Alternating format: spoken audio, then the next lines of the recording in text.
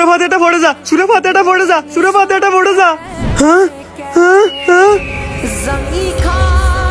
বন্ধু সুরা ফাতিহাটা পড়ে যা, সুরা ফাতিহাটা পড়ে যা বন্ধু, সুরা ফাতিহাটা পড়ে যা বন্ধু, সুরা ফাতিহাটা পড়ে যা বন্ধু, সুরা ফাতিহাটা পড়ে যা বন্ধু, সুরা ফাতিহাটা পড়ে যা। আসসালামু আলাইকুম ভাই। ওয়ালাইকুম আসসালাম। আরে আপনি কি আমাকে দেখতে পাচ্ছেন? হ্যাঁ, আমি আপনাকে অনেকক্ষণ ধরে ফলো করতেছি। এই অবস্থানে যে আসতেছে আপনি তাকে কিছু না কিছু বলতে চাচ্ছেন, কিন্তু আমি এটাই বুঝতেছি না আপনি কি বলতে চাচ্ছেন। যে প্রথমবার আসছিল সে আমার বড় ভাই ছিল, সে তার বউর কবরে সূরা ফাতিহা পড়তেছিল, তাই আমি বলতেছিলাম যেন আমার কবরে সূরা ফাতিহা পড়ে, কারণ আমি অনেক কাজের মধ্যে আছি।